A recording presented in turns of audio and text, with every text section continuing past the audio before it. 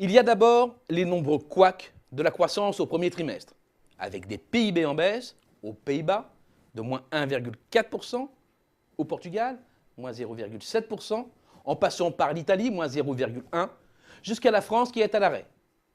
Résultat, la zone euro est restée bloquée à 0,2% au premier trimestre, et le bilan peut se résumer ainsi, c'est moins bon que prévu. Il y a ensuite les indicateurs conjoncturels qui prennent mauvaise tournure. Du côté de l'activité, les derniers chiffres montrent un recul de 0,3% de la production manufacturière en mars par rapport à février et une chute de 0,6% de l'activité dans la construction. Un repli général avec du côté de l'industrie le 5 majeur dans le rouge, c'est-à-dire l'Allemagne, la France, l'Italie, l'Espagne et les Pays-Bas. Et du côté de la construction, 3 sur 5, l'Espagne et l'Italie faisant exception. Quant au rebond des ventes de détail de 0,3%, il faut en limiter la portée. 1. Parce qu'il porte uniquement sur la partie alimentaire. 2. Parce que la France seule soutient le mouvement. Cela renvoie l'image d'une économie euro-hollandaise qui a calé à la fin du premier trimestre et qui démarre le second avec un handicap. Il y a enfin les indicateurs avancés. En Allemagne, l'indice IFO, dans sa composante la plus large, c'est-à-dire celle qui intègre le secteur manufacturier, la construction et la distribution, marque des signes de faiblesse. En mai dernier, la composante sentiment actuel, qui donne le pouls de l'activité à court terme, a reculé.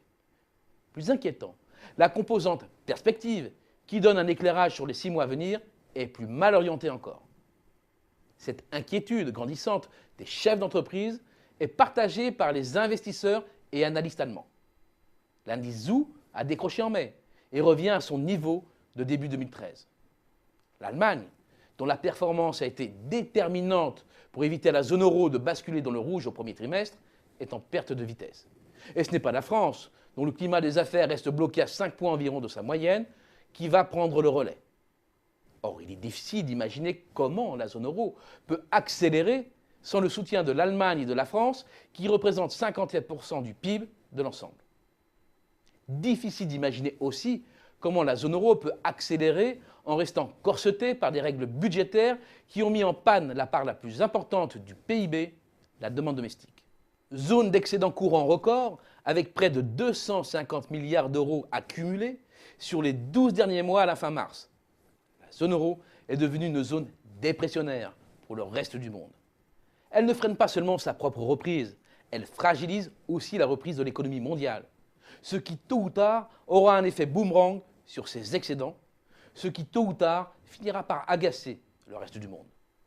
Les mesures énergiques prises par la BCE devraient permettre de ramener l'euro à un niveau plus convenable.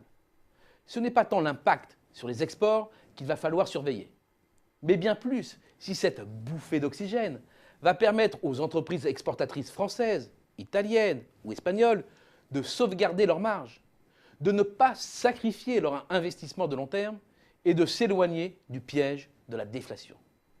Mais cela ne sera pas suffisant. Le trou d'air européen nous rappelle que l'Europe n'est pas armée pour digérer la rigueur française. Il ne faut pas se leurrer.